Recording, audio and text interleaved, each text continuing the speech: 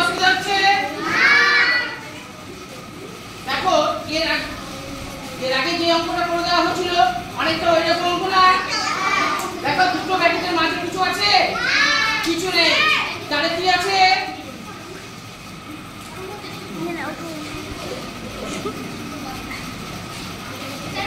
এই মাঝে কিছু নেই মানে কি আছে?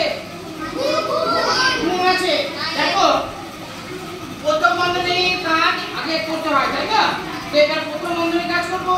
কিন্তু দেখো এখানে কি গুণ ভাগ একসাথে আছে? এই কথা নয়, যদি কোনো অসুবিধা হয় বলবে না। এখানে ভাগ আর গুণ একসাথে আছে। এই কোথায় আছে এখানে ভাগ? এখানে নেই। এখানে আছে? এখানে দেখো যদি গুণ আগে ভাগ পরে থাকে আমরা কি করব? আগে গুণ কিন্তু করে নেব। কিন্তু আমি তোমাদের যখন ওইভাবে বলেছিলাম তখন বলেছিলাম আমরা ভাগের কাজ আগে, গুণের কাজ পরে, তারপরে যোগ, তারপরে বিয়োগ, তাই না? এখানে বিয়োগের যদি পরিচয় থাকে গুণ আগে আছে পরে আছে সেটা আমরা পরে ভেঙে গেল। তখন আমরা কি করব?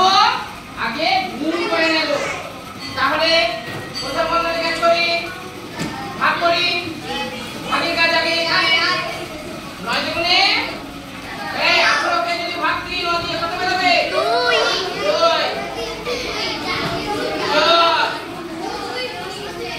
তারপরে কত বসাবো? 2।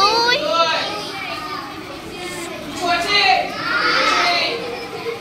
তাহলে আমরা কি করব? এই কাজটা আগে করব, তাই তো? তাহলে 14 দুগুণে কত হবে? এটা এই বইটা দেখ। 14 দুগুণে 28 ভাগ 7। তারপরে 2 আছে। এবার তাহলে 4 জোরে বল। কিন্তু শেষ। কিছু নেই মানে ছেড়ে দিলাম আমি একটু। এবার ভাগের কাজ 4 সাথে 28।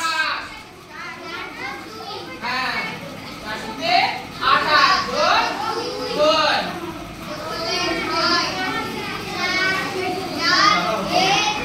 তারপরে 4 গুণ 4 6 হচ্ছে।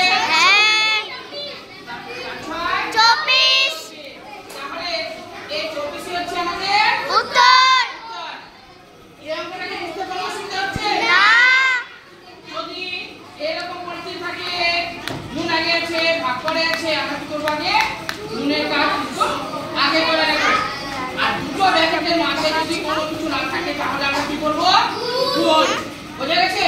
তোমরা এরও লিখতে পারো বা গুণও লিখতে পারো।